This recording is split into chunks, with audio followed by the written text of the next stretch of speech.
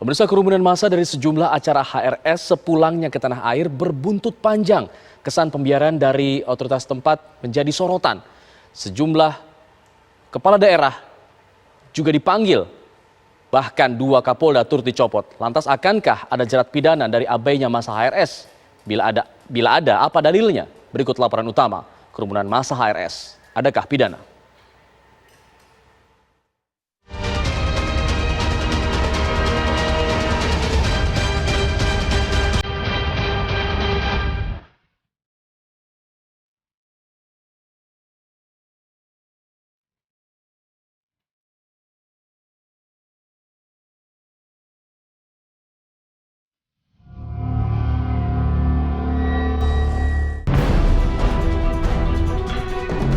Habib Rizik Syihab tak henti menabuh riuh. Kepulangannya kala negeri sedang berjibaku melawan pandemi justru menyisakan masalah baru. HRS bersama masanya seolah lupa bila selama ini tidak sedikit rakyat yang telah berkorban demi kata sehat supaya corona lekas sirna. Mereka yang mengalah beribadah di rumah, belajar di rumah, bekerja di rumah.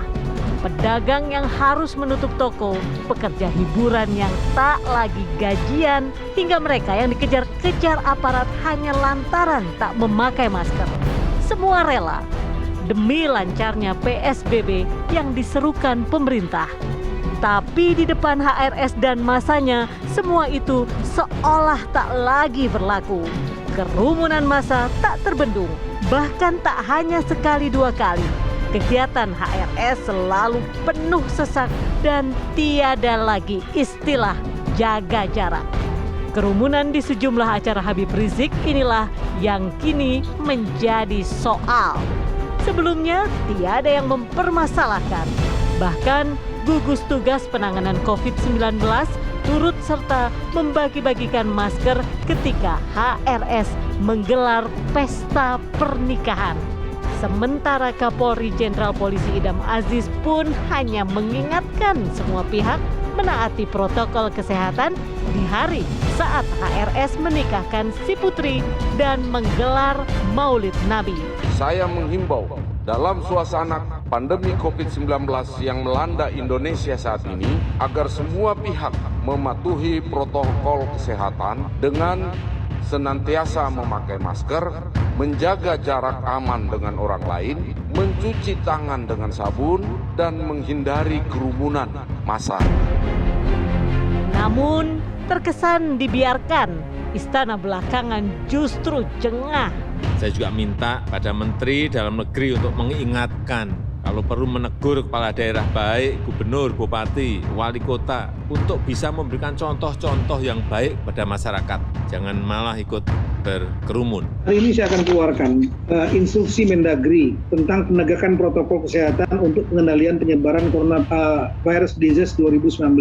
Di sini menindaklanjuti arahan Presiden pada rapat terbatas Kabinet hari Senin yang lalu. Dan kemudian saya juga mengingatkan tentang Undang-Undang Nomor 23 Tahun 2014 tadi, adanya kewajiban dan sanksi bagi kepala daerah. Dan kalau itu dilanggar, sanksinya diantaranya dapat diberhentikan sesuai dengan pasal 78.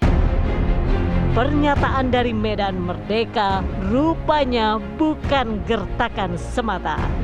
Nama Gubernur DKI Jakarta Anies Baswedan ikut terbawa. Anies yang selama ini dikenal getol menegakkan protokol kesehatan di wilayahnya dinilai tak berkutik menghadapi HRS.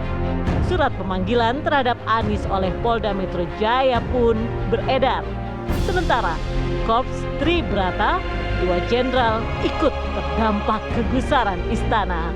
2 Kapolda dicopot, Kapolda Metro Jaya dan Kapolda Jawa Barat. 2 Kapolda yang tidak melaksanakan perintah dalam menegakkan protokol kesehatan, maka diberikan sanksi berupa pencopotan, yaitu Kapolda Metro Jaya. Kemudian yang kedua adalah Kapolda Jawa Barat.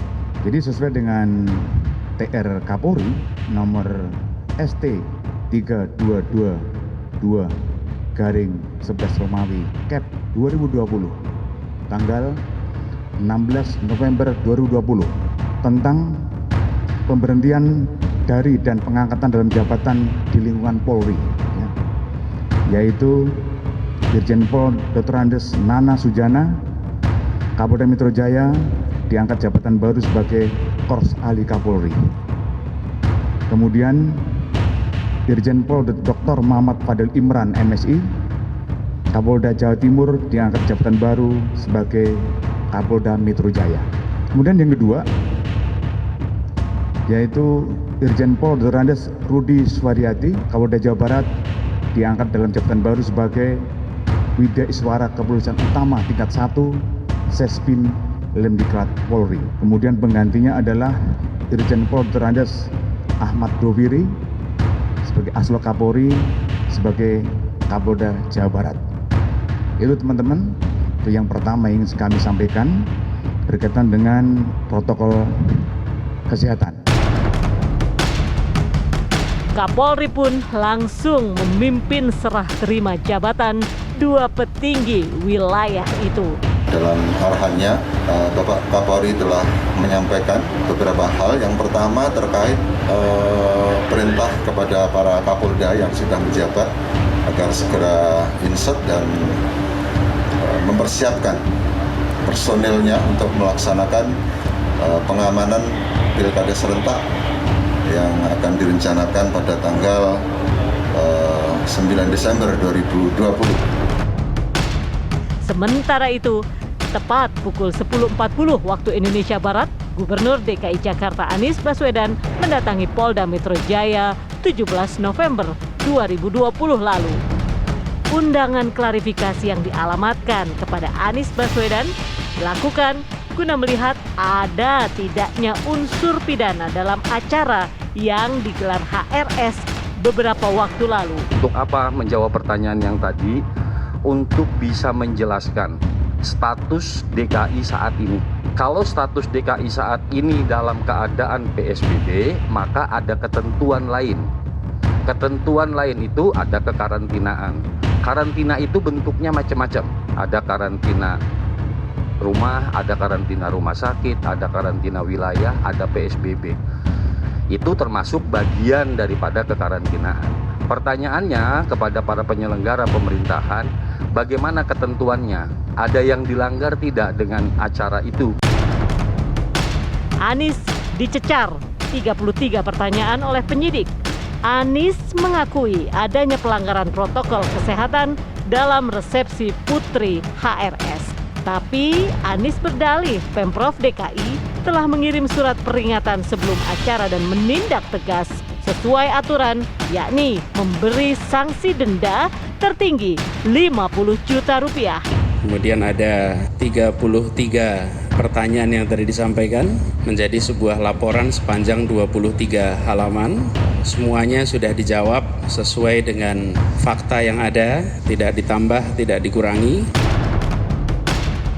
Rupanya tak hanya Anies semata, kerumunan massa HRS turut menyeret nama Gubernur Jawa Barat Ridwan Kamil. Provinsi Jawa Barat itu adalah provinsi dengan daerah otonom, di mana wali kota dan bupatinya itu dipilih oleh pilkada, sehingga memiliki kewenangan otonom dalam penyelenggaraan pembangunan termasuk izin kegiatan dan hal-hal di level kota kabupaten.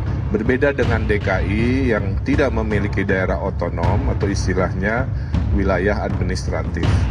Maka jumlah Satgas Covid di Jawa Barat itu ada 27 di kota kabupaten dan Satgas Covid 1 di Jawa Barat. Tidak semua urusan secara teknis tanggung jawab gubernur karena undang-undangnya memberikan keterbatasan. Pemanggilan dua gubernur itu rupanya menggelitik benak sejumlah kalangan. Pemeriksaan terhadap orang nomor 1 di DKI Jakarta dan Jawa Barat itu dinilai kurang tepat. Akan lebih elegan ketika ada hal-hal yang dianggap oleh otoritas aparat keamanan kurang tepat dilakukan oleh otoritas eksekutif, akan lebih tepat sekiranya dilakukan mekanisme koordinasi, bukan dalam konteks perspektif pro justisia dalam hal ini penyelidikan dan kemudian potensinya ada penyidikan, karena itu agak berlebihan. Dipanggilnya itu juga jangan karena politis alasannya. Dipanggilnya itu untuk penegakan protokol kesehatan. Nah, jangan kemudian lari-lari ke arah-arah sana juga gitu. Pernyataan gubernur-gubernur yang dipanggil juga jangan masuk ke pernyataan politis. Sebagai gubernur, Anies Baswedan dan Ridwan Kamil boleh jadi memikul tanggung jawab soal penyelenggara acara yang berpotensi menimbulkan kerumunan di wilayah tugasnya. Lantas, akankah pemanggilan kedua kepala daerah tersebut bakal melahirkan tersangka? Kalau dalam hal ini kemudian dikaitkan juga dengan tanggung jawab seorang gubernur, yang kemudian gubernur dipanggil untuk dimintai klarifikasi, ya dalam rangka untuk mengungkap fakta, dalam rangka untuk mengungkap sebuah kebenaran, saya kira adalah hal yang wajar. Tetapi sesungguhnya mekanisme harus lebih bagus ditempuh, misalnya dalam konteks mekanisme koordinasi, mekanisme untuk sinkronisasi, bukan dalam perspektif hukum, penyelidikan, klarifikasi yang kemudian kemungkinan bisa berpotensi pada penyidikan dan adanya penetapan seseorang menjadi tersangka.